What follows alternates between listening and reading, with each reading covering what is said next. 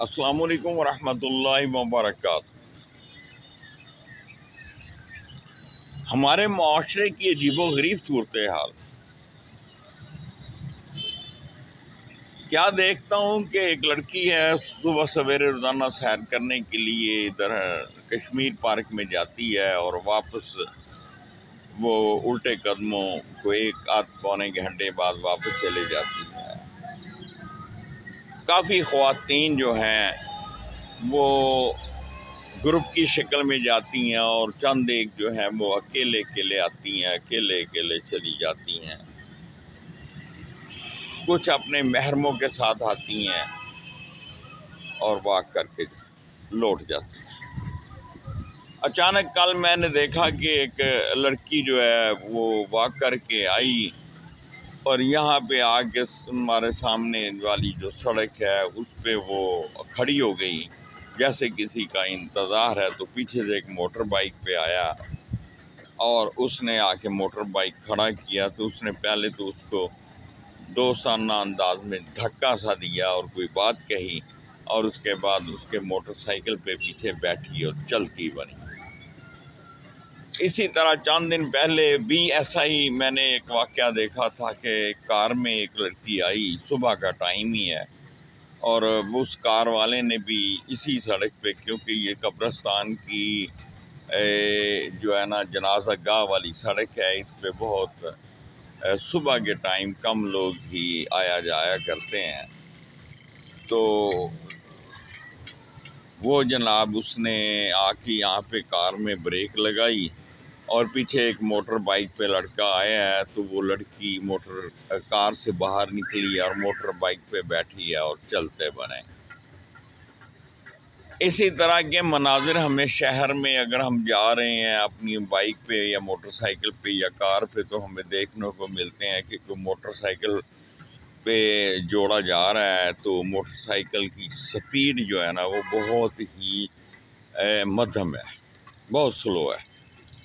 اور ان کی باتیں ساتھ اشارے اور باتیں ہوا جاتی ہیں، وہ جاری ہیں، اور اس طرح سے وہ اپنا جو ہے نا ٹائم بھی کل کر رہے ہیں، وقت بھی پاس ہو رہا ہے اور اپنی باتیں بھی کیے جاتے ہیں۔ تو جس سے اندازہ ہو جاتا ہے کہ یہ جوڑا جو ہے نا عاشقوں کا ہے، کیونکہ کوئی ماں باپ اپنی بیٹی کے ساتھ یا اپنی کسی عزیزہ کے ساتھ موٹر سائیکل پہ اس طرح کی گفتگو نہیں کرتا، اور ان کی سپیڈ بھی اتنی کم نہیں ہوتی، بلکہ اس سپیڈ میں وہ ہوتے ہیں کہ فوراً گھر جا کے یعنی جلد از جلد گھر پہنچا جائے، منزل مقصود پہ پہنچا جائے۔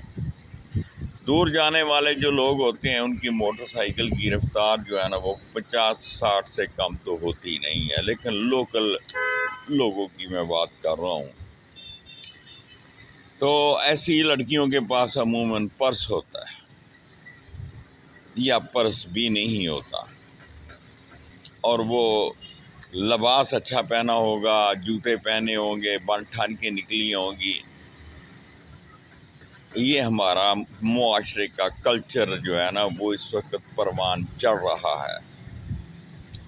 اور آگے کیا گل کھلائے گا یہ اللہ ہی بہتر جانتے ہیں۔ تو میں یہ بات کر رہا تھا کہ اگر کسی کی اس طرح سے محبت کی شادی ہو جاتی ہے تو پھر بعد میں پتہ چلتا ہے جی کہ ان کا آپس میں مزاج نہیں ملتا، اور پھر طلاق پہ نوبت آتی ہے اور ایک دوسرے سے علیحدگی ہو جاتی ہے، اور تقریباً 95 نہیں بلکہ 97-8% یہ یعنی کہ حادثے ہوتے ہیں۔ شوق میں، خوشی میں بڑی باتیں اور بڑی پھڑیں مارتے ہیں، بڑی بڑکیں مارتے ہیں، دوستانہ ماں باپ نہیں بھی تیار تو جناب کورٹ میرج کر لیتے ہیں وغیرہ وغیرہ۔ یہ سب کچھ دیکھنے میں بھی آیا، سننے میں بھی آیا، اور نتیجہ بھی ہمارے سامنے پھر نکل آتا ہے۔ بہت کم ہیں جن کے گھر آباد ہوتے ہیں اور وہ بڑی اچھی زندگی گزارتے ہیں۔ ایسا نہیں ہے کہ بالکل ایسے لوگ نہیں ہیں۔ جی تو میں بات کر رہا تھا کہ یہ اللہ کے نبی قرآن میں اللہ کے نبی صلی اللہ علیہ وآلہ وسلم کے ازواج مطہرات کے بارے میں سورہ التحریم میں بھی یہ ذکر ملتا ہے کہ نبی پاک صلی اللہ علیہ وآلہ وسلم کی جو بیگمات تھیں امہات المومنین ہماری مائیں جو ہیں ان کے مزاج بھی الگ تھے، اور بعض کے بارے میں تو یہ بھی سننے میں آیا ہے کہ وہ دو بدو آگے سے نبی پاک صلی اللہ علیہ وسلم سے بیعت بھی کرتی تھی، بولا بھی کرتی تھی، اونچی زبان میں بھی بات کر لیتی تھیں۔ تو یہ ان کے گھر کا اپنا ایک ماحول تھا، محبت پیار کا ایک خاص انداز بھی ہوتا ہے کہ بیوی یہ چاہتی ہے، ناراضگی کا اظہار کرتی ہے کہ کس طریقے سے اس کا شوہر جو ہے اس کو منائے اور اس سے محبت کا اظہار کرے اور اس کی جو ہے نا وہ من مانیاں مانے۔ تو اسی طرح بعض اوقات مردوں میں بھی ایسی خو آ جاتی ہے کہ وہ بھی یہ چاہتے ہیں کہ ان کی جو بیگم ہے ان سے لاڈ کرے، ان سے پیار کرے۔ تو یہ خاص طور پہ نبی پاک صلی اللہ علیہ وسلم کے زمانے میں تو دو گروپ آپ کی بیویوں کے بن گئے تھے، اور انہوں نے آپ بلکہ ایک گروپ نے تو نبی پاک صلی اللہ علیہ وسلم کو یعنی کہ کسی چیز سے ایسے منع کر دیا تھا کہ جیسے قرآن پاک میں آتا ہے کہ آپ نے قسم کھا لی کہ میں یہ کام نہیں کروں گا، حلال چیز کو خود پہ حرام کر لیا، جبکہ پھر فوراً اللہ تبارک و تعالیٰ کی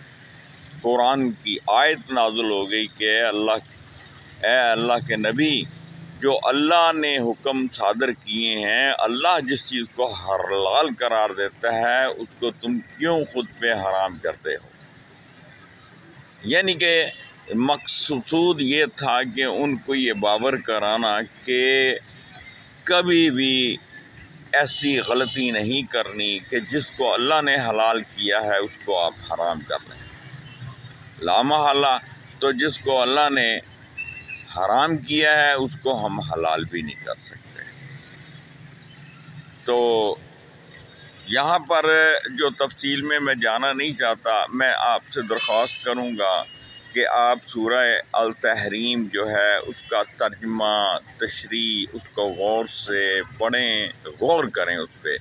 اور دیکھیں کہ عورتوں کے بارے میں اللہ تبارک و تعالیٰ نے قرآن مجید میں کیا لکھا اور کیا کہا ہے۔ ہاں جی، یہاں یہ بات ایک اور بھی بتا دوں کہ عورت کی 6 طرح کی خوبیاں اسی صورت کی ایک آیت میں بیان کی گئی ہیں کہ اگر وہ 6 جو خوبیاں ہیں وہ اگر کسی عورت میں ہیں تو پھر میرا خیال ہے کہ اس سے بڑھ کر کوئی اور عورت نہیں ہو سکتی، اور ہمیں کسی سے شادی کرنے سے پہلے قرآن پاک کے حکم کے مطابق اس میں جو خوبیاں ہیں ان کو تلاش کرنا چاہیے، ان کو دیکھنا چاہیے، اور اگر اس کی روشنی میں آپ کسی کو سلیکٹ کرتے ہیں تو یہ بڑی بابرکت بات ہے۔ اللہ آپ و ہم سب کا حامی و ناصر ہو۔ اپنا خیال رکھیے گا، دعاؤں میں یاد رکھیے گا۔ ناچیز گناہگار homeopathic doctor Khalid Iqbal Shaheen from Faisalabad. What's app number 030363539555۔ اس موضوع پہ میں انشاءاللہ بعد میں بھی تفصیل کے ساتھ کس دن بات کروں گا۔ اللہ حافظ۔